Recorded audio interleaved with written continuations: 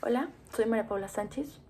Este, y en el ejercicio de las triadas que tuvimos la clase del martes, siento que al expresar las cosas fue más sencillo buscar en mi memoria fue más sencillo buscar las, las situaciones en las que actué bien, o sea, como en las que actué de forma...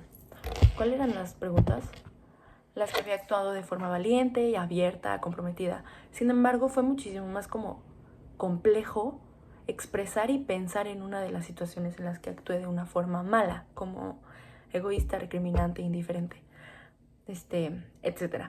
Pero siento que esta práctica fue muchísimo más allá de cómo identificarlo. Fue como nosotros mismos darnos cuenta de cómo respondemos a diferentes situaciones. Por ejemplo, yo no me acuerdo de la situación que Vane me platicó, ni que Juan Pablo me platicaron a mí, pero yo recuerdo muy bien lo que yo busqué dentro de mi cabeza y lo puse como ejemplo y lo saqué a relucir en la mesa y se lo expresé a mis compañeros. Fue como actué de esa forma en esa situación, como yo puedo, como que me deja pensando y me deja la espinita de, ok, actué de esa forma, ¿estuvo bien o estuvo mal? O sea, honestamente estuvo mal.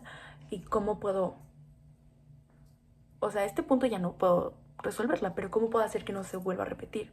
Siento que esta práctica nos enseñó, a pesar de como practicar eso de expresar pues nuestro lado como oscuro, me, como que me enseñó más a identificarme, o sea, como que saber cuáles son las situaciones en las que me comporto de tal y tal manera. Y bueno, en la segunda parte, acá tengo unas notas con las preguntas y las ideas claves, porque siento que me voy a ir como, voy a dar vueltas en lo mismo y voy a terminar diciendo algo que no. Entonces, ajá, por si se ve que estoy leyendo algo arriba, son mis notas.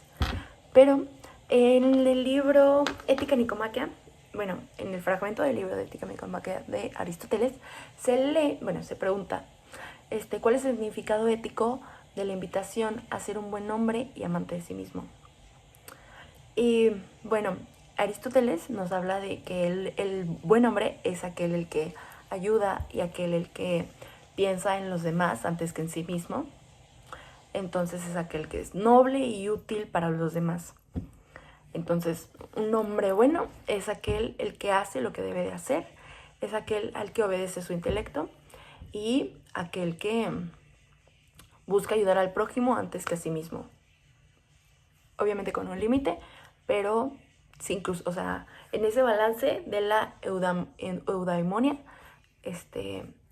como este, sin excesos ni defectos. Entonces, en ese balance de los dos elementos, como que Aristóteles nos plantea. Bueno, la segunda pregunta es, ¿cuáles son las consecuencias del egoísmo? Y eso también va de la mano con la eudaimonia, que pues la consecuencia más grande del egoísmo es no llegar a ese punto de felicidad plena y de vivir una vida pues llena de virtudes y de conocimientos y de nobleza que nos hacen sentir a nosotros como completos. Entonces, pues la consecuencia más grande es no llegar a la eudaimonia, como que privar a los demás de lo bueno que pues lo bueno que nosotros habita, como que nunca compartirlo con los demás. Entonces, ser egoísta te aleja a ti mismo de la virtud y de la felicidad. Sí, y con la última pregunta de por qué considero que yo soy amiga de mí mismo, pues bueno, dentro de la lectura se lee que uno se considera como amigo de sí mismo porque como se busca lo mejor para el prójimo, también buscamos lo mejor para nosotros.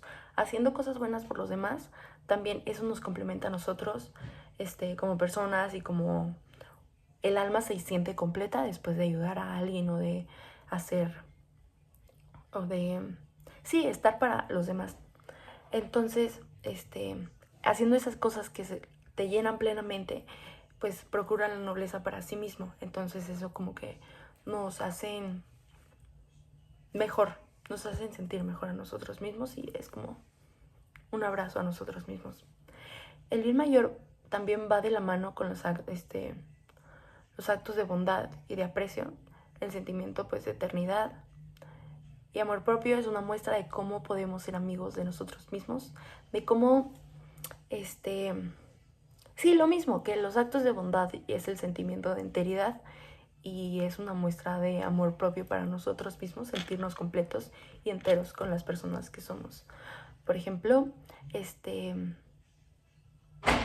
yo me considero amiga de mí misma porque busco lo mejor para mí, ya que algunas veces de alguna forma egoísta, como poniéndome a mí antes que a los demás, pero sin embargo la búsqueda de mejorar pues siempre está presente y esta es una forma de amor propio y de amor al prójimo, porque el prójimo de alguna u otra forma soy yo también.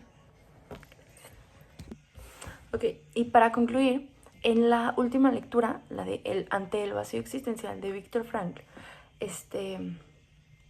bueno, la pregunta es, ¿cuál es el significado de ser solidario para alcanzar la conciencia de sí mismo?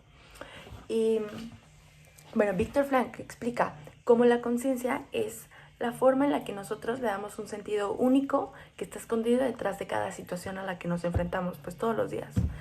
Entonces, nosotros al no saber o tener como la incertidumbre de no realmente saber cuál fue la realidad, o al no saber si le dio el sentido correcto a la situación, tenemos que vivir nosotros de la mano de la humildad y de la solidaridad para no cerrarnos en nuestra perspectiva simplemente, sino como para tener la apertura de saber que alguien más tiene otra perspectiva y que puede que esa sea la correcta. Entonces,